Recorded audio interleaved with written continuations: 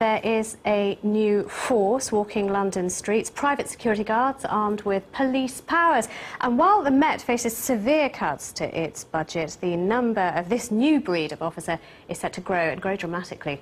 Jerry Thomas reports. Security guards like this could be coming to a street near you.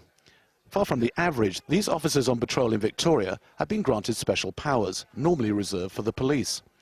Around London, working for councils, hospitals and private companies, trained personnel have been given the power to issue fines, confiscate alcohol or tobacco, direct traffic, demand someone's name and address.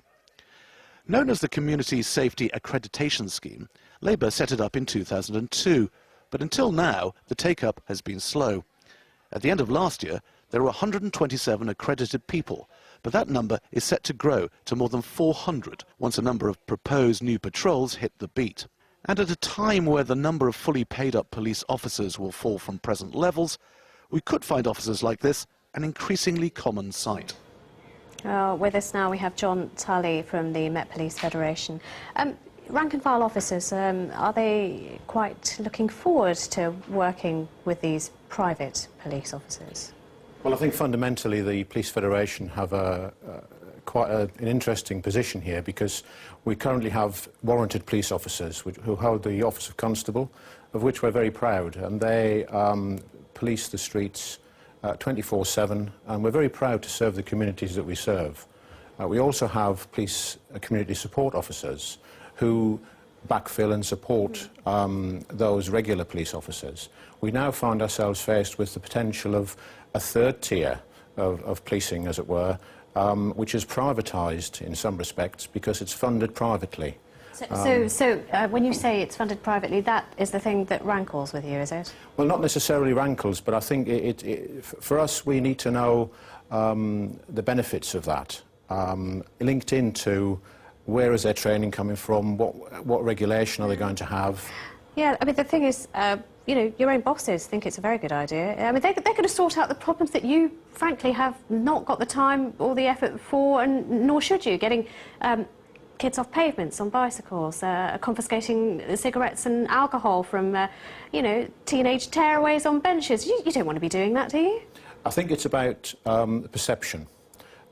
If you see a regular police officer in full uniform patrolling the streets, that generates confidence and reduces the fear of crime. If you see someone walking the streets with perhaps a tabard, or not even that in some cases, there's going to be confusion. People won't know who to turn to. Well, you see, the thing is, I do remember when PCSOs were first floated, and there were quite a few rank and file officers who thought that was a dreadful idea. Isn't the truth that actually you don't like change? It's on your turf, and that's what's uncomfortable. What they will actually do is quite an effective job for you.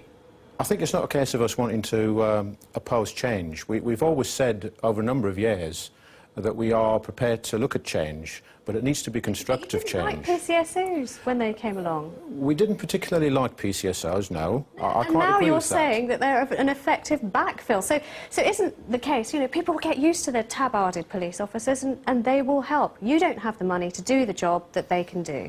I think we're facing a cut of 20% in the police budget over the next 2 or 3 years. What the public want to see are warranted police constables on the street effectively patrolling their communities, and that's what we, the Police Federation, want to see as well. I think that it's a diversion to bring in private police forces.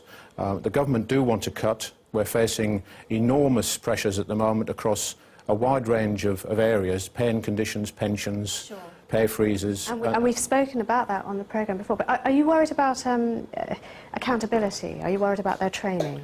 I think we are, because, you know, police officers do up to 30 weeks intensive foundation training, and then on-the-job training thereafter for 2 years. They're probationary police officers for 2 years. My understanding of this new scheme is that the people involved will have a maximum of a week to be trained in their skills. And when you think that these people are going to have powers such as stopping vehicles, issuing fixed penalty notices, confiscating, as you said, alcohol and tobacco from people. It's going to cause conflict and confusion, I believe. Is also the real fear that this is the thin end of a wedge and you do fear some kind of privatisation of the police force? I think it is privatisation by the back door, and it is well and truly the thin end of the wedge.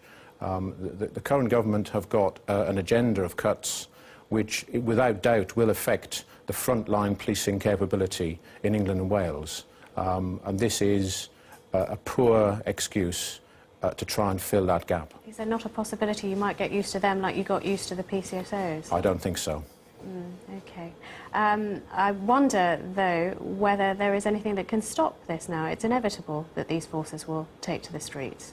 Well, it's been enacted in 2002 by an Act of Parliament that these powers can be delegated by chief officers of police. And clearly across the country, a number of schemes are springing up. And in the Met, in your report, you mentioned 127 last year. And it is growing, OK. but it's a very small growth. Well, thank you very much for being with us.